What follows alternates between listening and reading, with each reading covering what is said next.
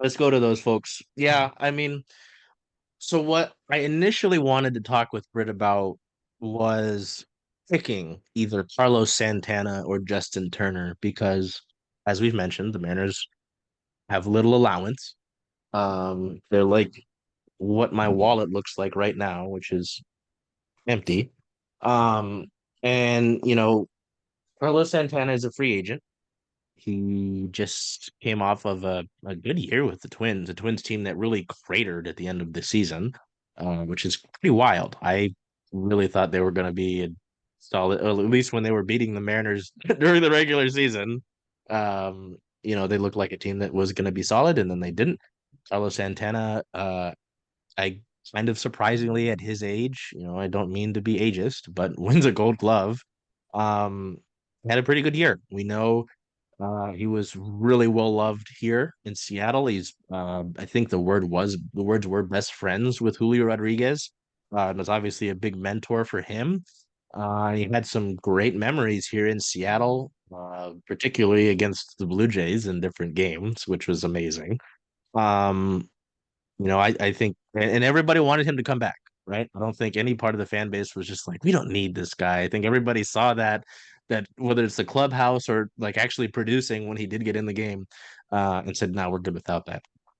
And that's what Justin Turner was directly viewed as when he was acquired by the Mariners. You know, uh, Britt's always tuned into the Mariner game. So when I say this, I'm like referencing it's because I remember these conversations that we had when Cal Raleigh and Luke Rayleigh were asked after games, like we kind of figured that the Mariners were going to be out of it, and we all knew that JT is a free agent.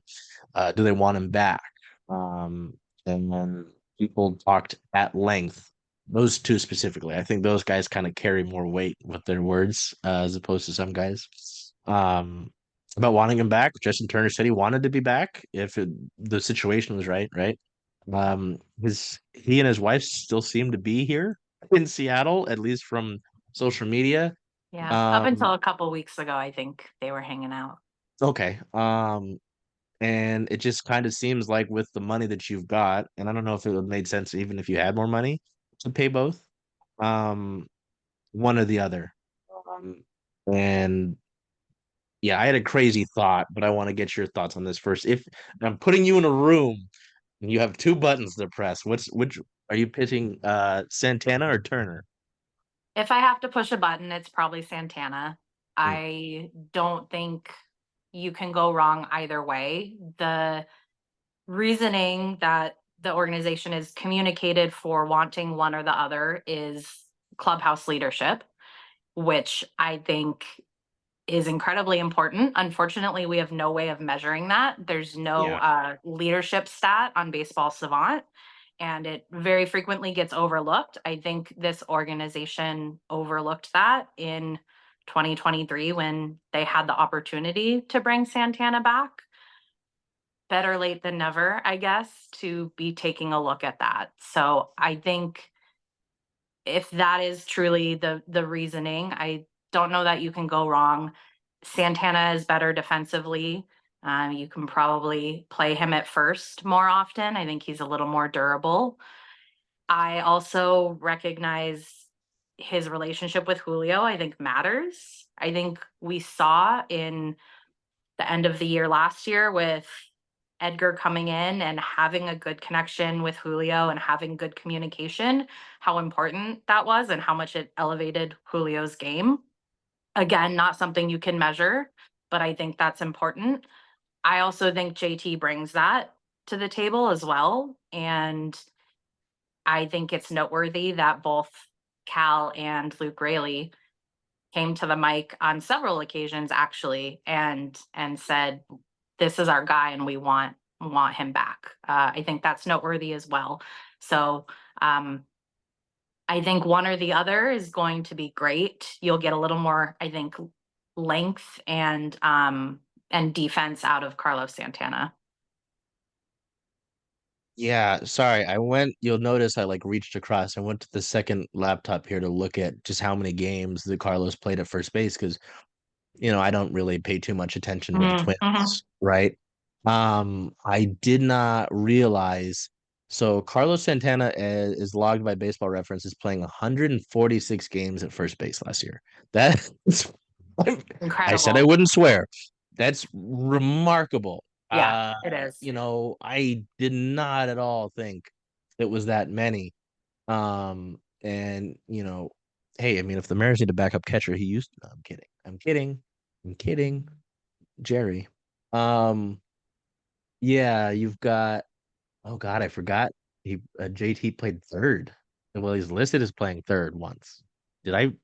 I don't remember that. For the Dodgers, right? No, this one says C. One game. Mm. Weird. Must have been maybe a pinch hitting situation. That or yeah, oh yeah, that would make sense. Yeah, no, I agree with you. You hit all the right points that I was thinking of.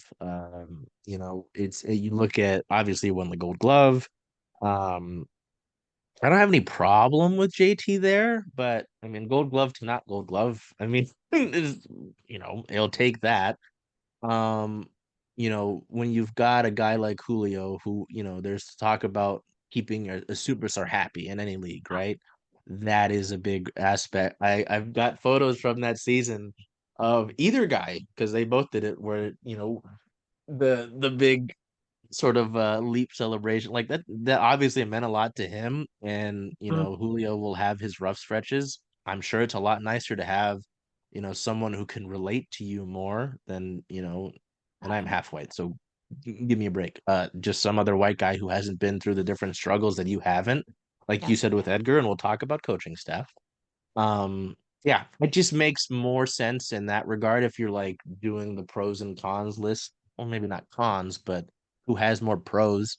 And I even remember Kate with Lookout Landing asked JT, he was coming off after the Perry Hill infield drills, whether it's the one with the bucket or they were actually just getting infield practice in.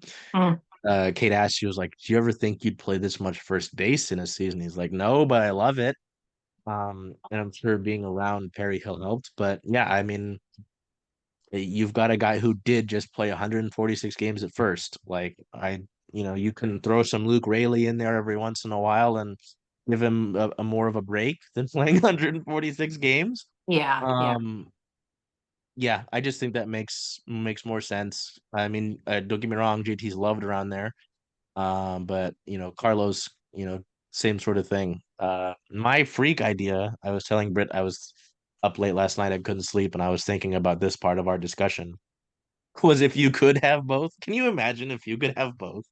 I mean, just you could arguably have those two kind of split first base, and that's a better platoon than, a lot of situations you've got. You've got two guys who are winners, who have, that would be great. But, You could have both. I'm asking, where did the Mariners find this money yeah, suddenly? And exactly. is there more of it? So yeah, I was daydreaming, I guess. Well, maybe not daydreaming, but I was too hopeful. Good to Kate also dream. told me that being hopeful around the Seattle Mariners is a dangerous thing. She's very right. Hope isn't a Um, strategy. no, no. So yeah, I think Carlos, I don't know how many other arguments against him are because there are checks for JT, but there are just a few more checks for Carlos in that regard. So Agreed. yeah, that makks sense. Hey, Charles. Hey, Jen. Hey, how about those M's? Oh, I'm excited. I know. Where are you going to watch all those away games, though? Away games. Huh. I was thinking of coming here since, after all, Rough and Tumble is the home of Circling Seattle Sports. I love that idea. Hope to see y'all here.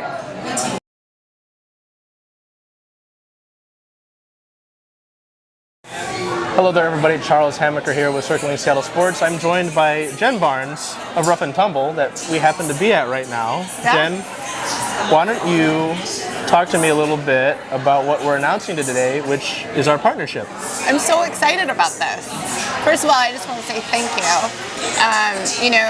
you. I think all of us here at Rough and Tumble are big fans of what you and your team at Circling Seattle Sports does. And so, I know you know this, but when you came to me with this idea, it just seemed pretty natural. And it's not just me. I think a lot of people in the sports community in Seattle also really respect you and your team.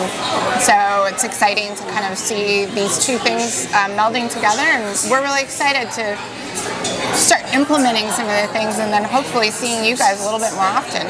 Yeah, and so with what Jen says about seeing us more often, we've got a few things in the works, but you'll see watch parties here. We'd like to do a few different of our community drives, which you'll hear about here in a little bit. From now, we've got to make our announcements one at a time. I can't drop everything. Not everything right. all at once. But this has been a home for a lot of our team, whether it's myself, our friend, our photographer Liz is behind the camera. Liz is here often, so our team has kind of adopted this place kind of like our own since I saw you at our soft launch. So, it's been great to have that support.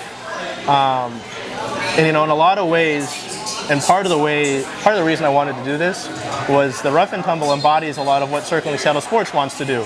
Obviously with women's sports, with the storm and the rain, but just being, having the game on, every game on. Yep. How much of that, did you see align kind of even before this idea was mentioned when I first met you? I think it's always felt like that. I mean, you and your team were here on opening night, and you just feel like you're part of the space, so it felt like really natural. And the fact that you actually cover all the sports really makes your group stand out. So you are always covering all the rain games, all the storm games. UW women's softball, UW women's basketball, UW women's hockey. We love it. So all of those things, and obviously passionate M's fans, passionate Hawks fans, and passionate Kraken and Sounders fans. So really, from our perspective, those two things meshed really well. So, you heard it from Jen herself, but this will be our home for all of these events, whether it's you can't make it to these games at home, we're always going to direct you to Rough and Tumble, and obviously the games on the road as well. All these, we're talking about the rain, they've got their schedule out finally, but this will be our home for that. Great. The storm games on the road, this is our home. Yeah. For all intents and purposes. I love it. And when I mentioned it to Jen, when I first had this idea come up, I had this idea come up wearing a pink wig. Yes, you did. Ahead of Megan Rapinoe's final regular season home game for the Reign this past year. Yeah. I told her it's because I wanted this to feel genuine. Yep. I wanted a connection to feel genuine, and it does. So that's what this is. Rough and Tumble is the home of Circling Seattle Sports, and I'm so excited to finally announce this partnership. I can't wait.